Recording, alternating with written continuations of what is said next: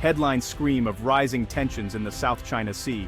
Chinese Coast Guard confronts Philippine vessels, and the world watches as these tense maritime standoffs unfold almost daily. The region, once known for its tranquil blue waters and bustling trade, is now a flashpoint where rivalries play out in real time, and every maneuver is scrutinized by the international community. In response, Japan pledges significant military aid, signaling a shift in its post-war stance, while the U.S. reaffirms its unwavering commitment to its allies. These moves are not just symbolic. They represent a growing coalition determined to maintain stability and deter aggression in the region. The Indo-Pacific is now a stage for high-stakes power plays, where economic opportunity collides with simmering conflict.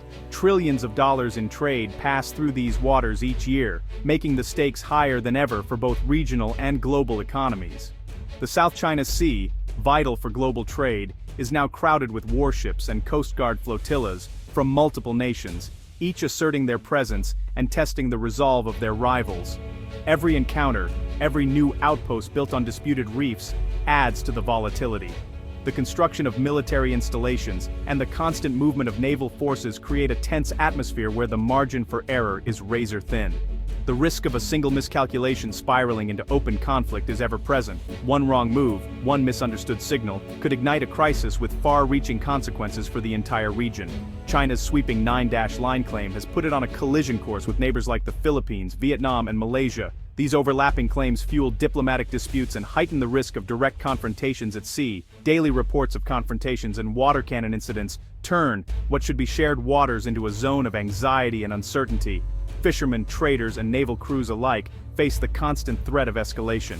Yet amid the tension, a new narrative is emerging, one of resilience and unity among smaller nations. Southeast Asian countries are forging closer ties, determined to protect their sovereignty and maintain peace.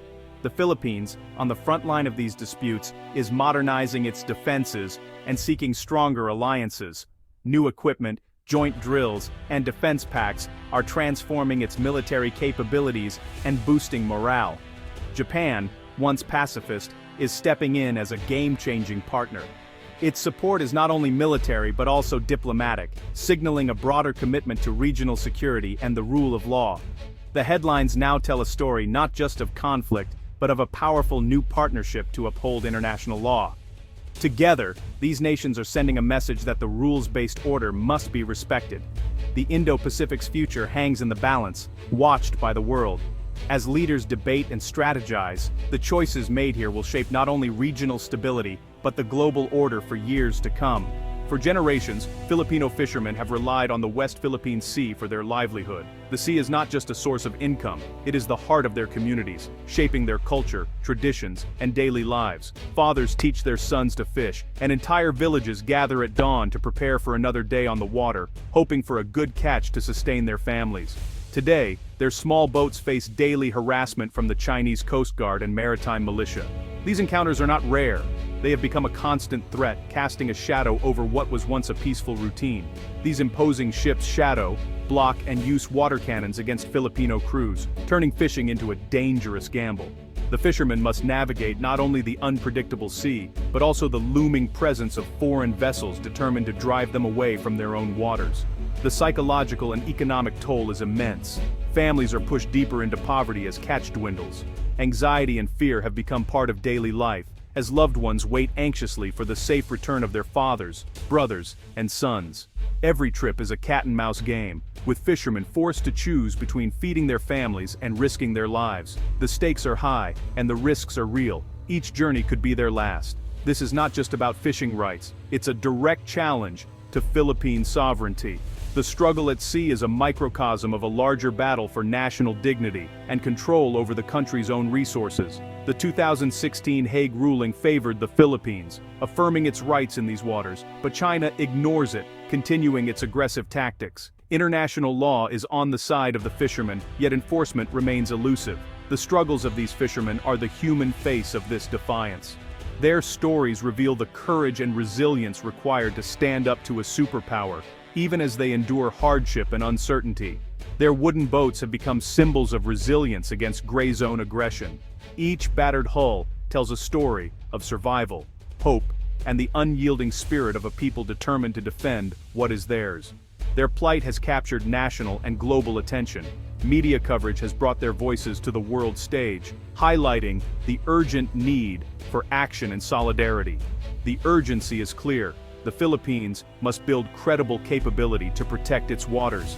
Strengthening maritime defense and supporting local communities are now more important than ever. The world is watching as these fishermen stand on the front lines of a national struggle. Their bravery and determination inspire not only their fellow Filipinos, but also people everywhere who value justice, sovereignty, and the right to live in peace. The Philippines, a nation of over 7,000 islands scattered across the western Pacific, sits at a strategic crossroads in Southeast Asia. Its vast coastline and rich maritime resources make it both a vital trade route and a potential flashpoint for regional tensions. Yet, despite its critical location, the country faces a daunting and complex security challenge that has only grown more urgent in recent years. For decades, the Philippine military focused primarily on internal threats such as insurgencies and natural disasters, leaving its Navy and Air Force underfunded, under-equipped, and technologically behind its neighbors. Most naval ships were aging hand-me-downs from allies, some dating back to World War II, and were no match for the sophisticated threats emerging in the region. Recognizing this growing vulnerability, the Philippines launched an ambitious military modernization program, aiming to build a credible deterrent and protect its maritime interests. New acquisitions, modern frigates, advanced fighter jets, and fast patrol vessels now mark visible progress, signaling a commitment to defend its territory. However, the gap with China's massive and technologically advanced navy remains vast, with Beijing rapidly expanding its presence in contested waters. Closing this gap alone is simply impossible. The Philippines lacks the economic and industrial resources to match China, ship for ship, or plane for plane. This stark reality has driven Manila to strengthen its alliances, especially with the United States under the long-standing Mutual Defense Treaty, which promises support in times of external aggression. But diversification is now key. Partnerships with Australia, South Korea, and especially Japan are growing, as Manila seeks to broaden its network of friends and supporters. These alliances go far beyond just hardware and equipment. They focus on intelligence sharing, joint training, coordinated patrols, and building a united front to deter aggression and maintain peace in the region. The Philippines is no longer standing alone on the front lines. It is now part of a larger coalition working together to ensure stability and security. Its strategy is clear: build a resilient network of support, strengthen its own capabilities, and defend its sovereignty against any threat, no matter how daunting. The stakes have never been higher, as the struggle for control in the South China Sea intensifies and the world watches closely. For decades, Japan's pacifist constitution kept its military role limited and defensive, but a changing Asia, marked by China's assertiveness and North Korea's threats, has forced a strategic rethink. Japan has reinterpreted its constitution, allowing collective self-defense and boosting defense spending. Investments in advanced technology and a proactive security mindset are transforming Japan's role. No longer content to rely solely on the US, Japan is stepping up as a regional security contributor. The freedom of navigation in the South China Sea is now seen as vital to Japan's own security. This shift makes Japan a natural partner for the Philippines. Helping Manila defend its waters is both a strategic imperative and a break from decades of pacifism. The stage is set for unprecedented security cooperation in the Indo-Pacific. The Philippines and Japan have forged a dynamic strategic partnership. What began as post-war reconciliation has evolved into a robust alliance grounded in shared values and mutual security interests. Joint military exercises are now frequent and complex, building real interoperability between their forces. The Reciprocal Access Agreement streamlines joint training and deepens military cooperation. Japan's support extends beyond the military, providing modern patrol vessels and training for the Philippine Coast Guard. This holistic approach strengthens Manila's ability to secure its waters. The partnership is a powerful symbol of trust and commitment. Together, Manila and Tokyo are shaping a new security order in the region.